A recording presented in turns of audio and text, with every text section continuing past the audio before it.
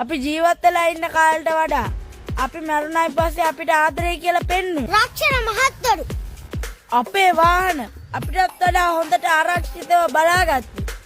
Finance මහත්වරු අපේ සල්ලි අපෙන්ම අරගෙන අපිටම ආයෙත් දීලා අපෙන්ම ආයෙත් පොලියක් අරගෙන ණයකාරයෝ කියන නම අපිට ලස්සනට පටපැන්දි. බැංකු මහත්වරු අපිට කවදා සමෘද්ධිමත් වෙන්න නොදී අපේ දුප්පතුන් විදියට තියලා අපිට ආදරේ කරේ. සමෘද්ධි මහත්වරු කතරේ ගහ ගන්නකම් අපේ සහෝදර සහෝදරියන්ටත් වඩා අම්මා තාත්තටත් වඩා අපිට ආදරේ කර. දේශපාලන මහත්වරු ලයිට් කපලා අපිට කරවලේ ඉන්න ඉඩ තැන.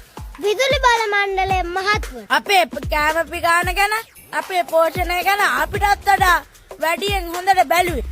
PHI මහත්වරු අපේ රත්තරන් බඩු අපිටත් වඩා ආදරයෙන් ආරක්ෂා කර. උකස් මහත්වරු හැමදාමත් අපිට වර්ධන වාරයක් පාසා අපිට උත්සාහ කරන්න කිව්වේ. රියදුරු පරීක්ෂක මහත්වරු අවුරුදු උත්සවයක් නැතත් අපිට බැලුම් පුම්බන්න කියලා දුන්නා. පොලිස් මහත්වරු හැමදාමත් අපිට ඉස්සරහට යන්න ඉගැන්නුවා. කොන්දොස්තර මහත්වරු අපි එනකන් හැමදාම මග බලාගෙන හිටියේ.